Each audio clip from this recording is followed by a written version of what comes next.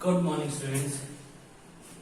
मैंने अपने last video में आपको sine cos tan sec cosecs में सबकी डिग्री की वैल्यूज निकालना बताया था कि साइन 0 डिग्री की वैल्यू क्या होती है, कॉस 0 की, टेन 0 की, सेक 0 की, कॉसेक 0 की। ऐसे ही आज उसी टेबल से रिलेटेड मैं आज आपको सम्स बताने जा रहा हूं।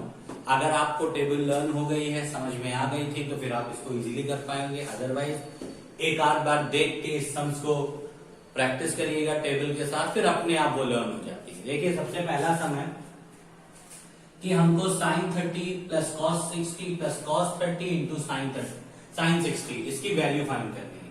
तो देखिए साइन 30 की वैल्यू हमारी क्या होती है, 1/2।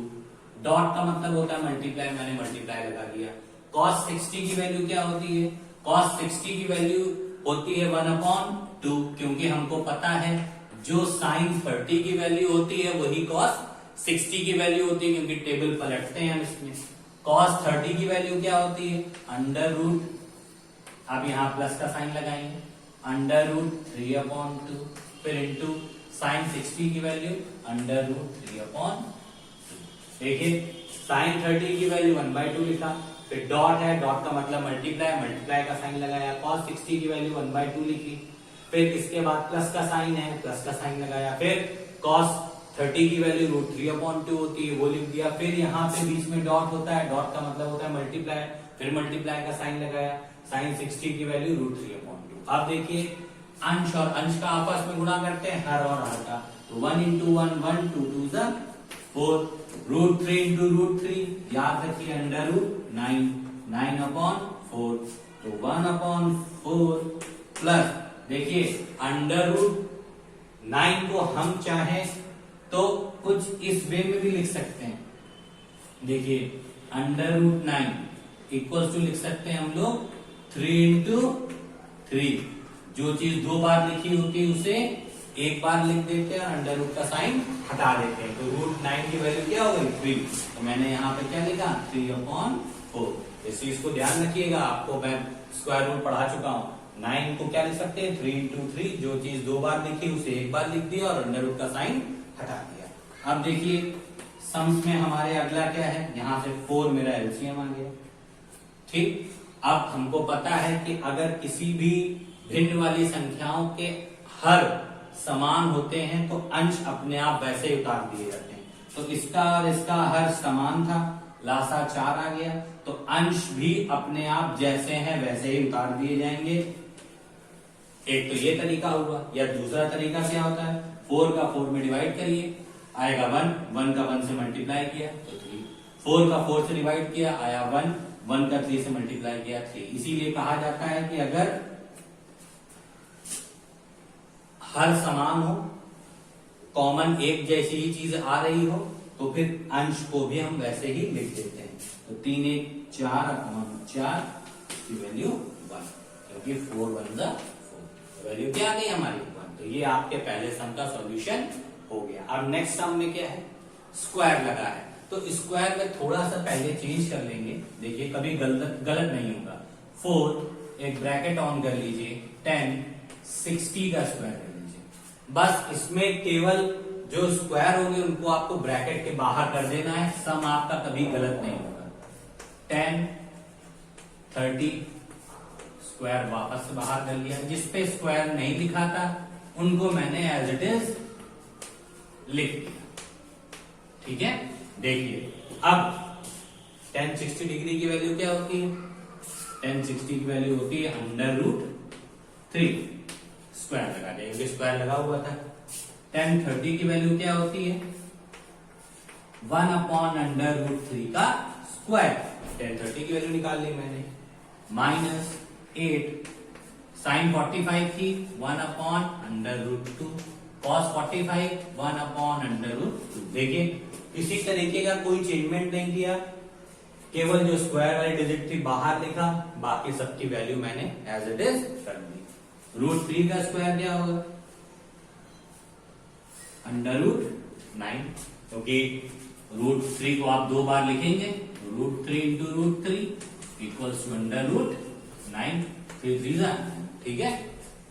ऐसे ही इधर भी 3, यहां क्या आ जाएगा, 1 का स्क्वायर तो हमेशा 1 ही होता है, चाहे आप कितनी बार भी कर लीजिए। √3 का यहां भी स्क्वायर √9 माइनस इसके अपॉन में कुछ नहीं है इसलिए मैंने 1 मान लिया। अंश और अंश का आपस में गुणा करिए, हर और हर का, तो 8 1 जा 8 1 जा 8, तो 8 का 8 ही आया। √2 इंटू √2 √4, जैसे √3 इंटू √3 √9 आया था, डिजिट का मल्टीप्लाई, वैसे √4। अब देखिए 4 √9 की वैल्यू हम क्या लिख सकते हैं, √3 इंटू 3। अब यानी इसकी डायरेक्ट वैल्यू क्या निकाल सकते हैं, 3, ये देखिए मैंने बताया था, √9 लिखा होता है, इसको 3 इंटू 3 लिख सकते हैं, इसकी डायरेक्ट वैल्यू क्या आ जाती है, 3। वैसे ही इसमें भी 1/3। अब 8/√4 है, तो देखिए √4 को भी हम क्या लिख सकते हैं, 2 इंटू 2। जो चीज 2 बार लिखी उसे 1 बार लिख देंगे और अंडर का साइन हटा देंगे। तो देखिए जो चीज 2 बार थी उसे 1 बार लिख दिया, अंडर का साइन हटा दिया। यहां मेरा क्या बचा, केवल और केवल मल्टीप्लाई कर दिए, 4 3 जा 12, कट, यहां 1 2 4 जा 8 माइनस का 4, 12 प्लस 1 13, 13 माइनस 4 कितना आ गया, 9। ये आपका आंसर होगा, ठीक है। अब 13 कैसे आया था, इन दोनों को हमने आपस में ऐड कर दिया था, 13 माइनस, ठीक है। अब ये तो आपकी नॉर्मल वैल्यूज हो गई। अब इसमें थोड़ा सा एक टॉपिक है रेडियन में कन्वर्ट करना, वो मैं बता रहा हूं। फिर 2 सम्स हाइट एंड डिस्टेंस के हैं, वो मैं बता रहा हूं। फिर आपको मैं आगे के सम्स समझाता रहूंगा। तो अभी आप देखिए कि कैसे हम लोग डिग्री को रेडियन में कन्वर्ट करते हैं।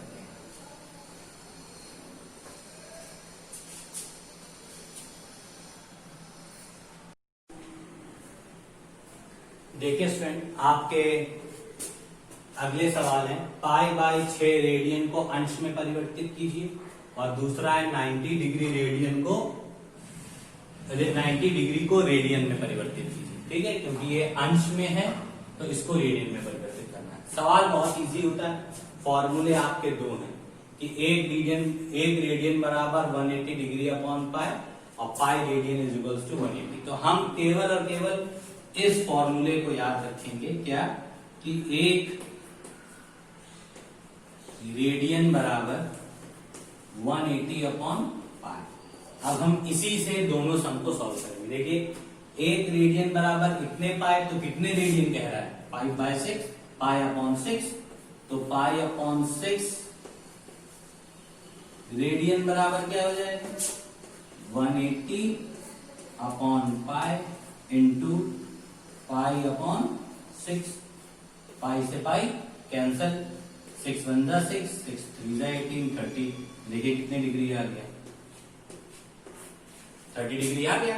यानी 1 रेडियन बराबर इतने डिग्री होता है, तो π/6 रेडियन हमने मल्टीप्लाई कर दिया। हमको पता है, जैसे कहा कह दिया जाए एक टॉफी आपको 2 रुपए की मिलती है, तो 4 टॉफी कितने की मिलेगी, तो हमको ज्यादा की मिलेगी।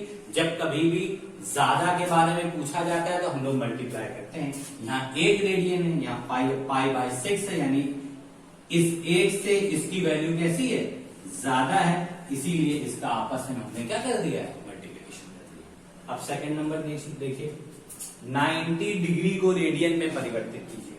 देखिए हम जानते हैं क्या कि 1 रेडियन बराबर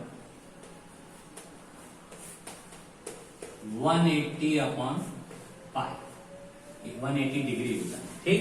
हमको आपके डिग्री को रेडियन में परिवर्तित करना है, तो इसको थोड़ा सा पलट देंगे। कैसे पलटेंगे, देखिए लिखिए 180 degree upon pi is equals to 1 radian, ठीक है।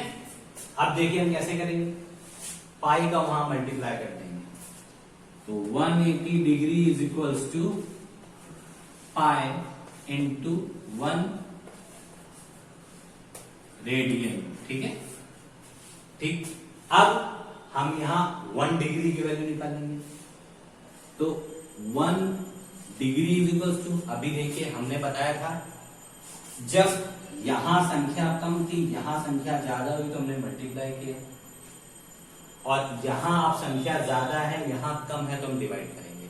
जब कभी भी ज्यादा संख्या आपसे पूछी जाए तो आपको गुणा करना होता है, और जब कभी भी कम संख्या पूछी जाए तो आपको भाग देना होता है। तो यहाँ 180 डिग्री का मान ये है, तो 1 डिग्री का मान कम होगा 180 से, इसीलिए हम 180 से इसमें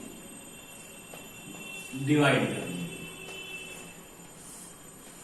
180 डिग्री डिवाइड कर दिया, और हमसे पूछ कितने डिग्री के बारे में था, 90, तो 90 डिग्री बराबर। अब देखिए 180 से जब 1 का पूछा तो मैंने डिवाइड किया, अब देखिए 180 से फिर 90 का पूछ रहा है, यानी इस संख्या में हम क्या करेंगे, मल्टीप्लाई, क्योंकि अब की कम से फिर ज्यादा की पूछा है। जब कभी भी कम से ज्यादा का मान पूछेगा तो गुणा करते हैं, तो क्या होगा,